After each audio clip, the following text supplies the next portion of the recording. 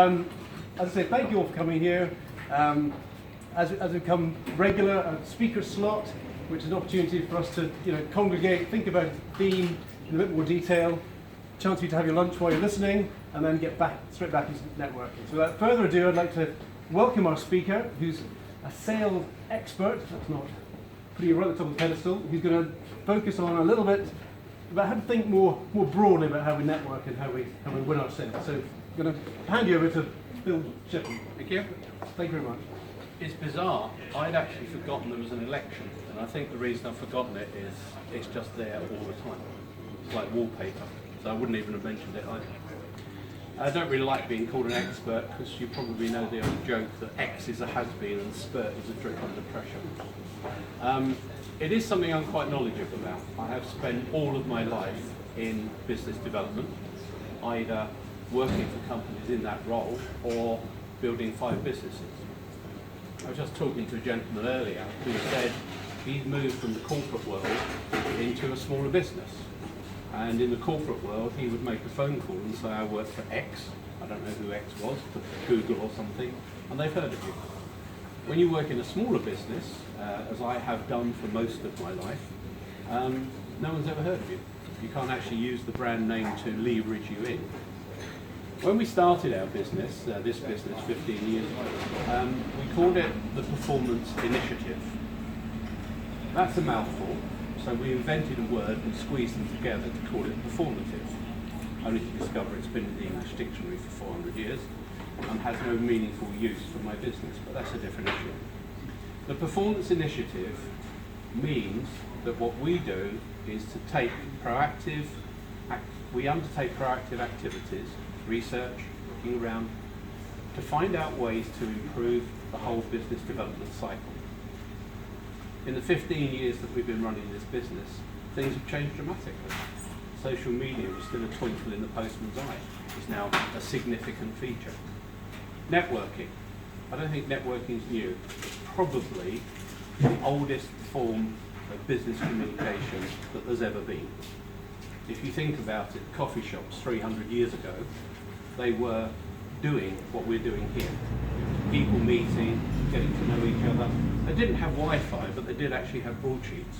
They actually gave you news, and they connected people together. But most of the tools that we use in this day and age for business development, finding new potential customers, for finding new potential suppliers, is new. And that, to some extent, creates something of a confusion.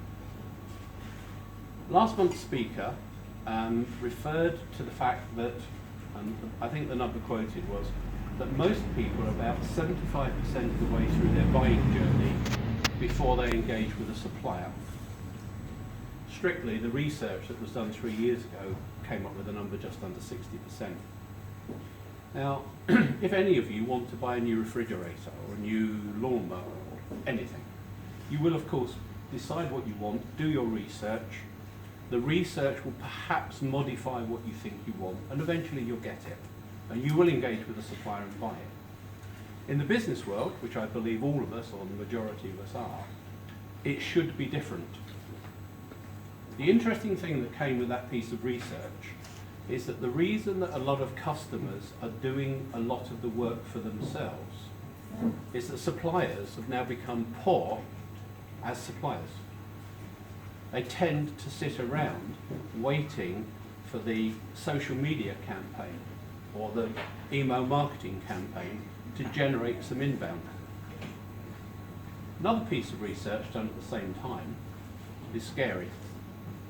This was done by a company called Alinian, who, like CEB, look at the whole business development world constantly. That's all they do. That other piece of research said that 75% of all new business orders go to suppliers who have engaged before the customer has got to the 25% mark in their decision-making process. So 75% is going to the people that have approached potential customers. The 57% are left scrapping over the remaining 25%. So, one of the things I'd like to leave you with today is the thought that you need to be more proactive in the way that you approach business development for yourselves. or for your customers if that's what you do. When you meet people here, the majority of us will be looking either for potential new customers or perhaps suppliers. Those are the two most common reasons that people come. Actually, I know some people come because they need a social contact if they work on their own as well. You know, I work in a home office now, and so coming out 3 times a week is my life, really. But I'd be cautious about this, because another piece of research came up with something called the 6 degrees of separation. You familiar with 6 degrees of separation? If everyone in the world knows 44, 45 people, the 6 degrees of separation will get you to 7.2 billion, so that's the world's population. So if you do want to meet Donald Trump, I recommend you probably shouldn't, but if you do, in theory, someone here will know someone who will know someone, and they will get you there. Unfortunately, and this is key to networking, is that if I meet you today, we have a conversation, and you believe that there is someone that you know that I could help, and you make an introduction, we've got a relatively weak bond, having only met today, and that bond will get weaker as we move to the next person. So when you're networking and you meet someone who says, I think I know someone you could help, or someone who could help you, you need to do some work to make sure that that bond will be strong, rather than just leaving it to the person that you've met, hopefully to have understood what you do, to carry that message over to the other party. Has anyone heard of the Dunbar number? Yeah. Professor Robin Dunbar did some research about 12 years ago, and he established that it was practical for human beings to maintain around 150 meaningful relationships at any point in time. I'd struggle with 150. I really would. I've got friends, ex-colleagues, current colleagues, customers. I'd struggle to get to 150. So just raise a question. Why have you got 500 connections on LinkedIn or 3,000 connections on Twitter? Why have you got that? Well, the answer I normally get is, well, what I'm going to do is to produce content that those people will then see, enjoy, react to, and come back to me. And that's good. But the vast majority of us are not very good at producing content. What most of us do, I don't, I'd be ashamed, but a lot of people, and I'm sorry if I'm embarrassing anyone here, they will post something, this is really good, and what it has in it is a link that takes you to a piece of work that was done by someone else. I rarely follow them, and I did follow one last week because I thought the subject line looked interesting, and the link took me to something which had a link in it. I have no idea who this other person was. I don't think the person that did the post on LinkedIn knew either. So question how you're spending your time for business development. Consider the return on investment. If you go to a networking event, this is a short, sharp one, which is very good. Most networking events, a couple of hours. Add travel, 4 hours. What are you getting back for that 4 hours? Question it. Really be hard on yourself. Really, really question it all the time. Anyone heard Peter Drucker? Yeah.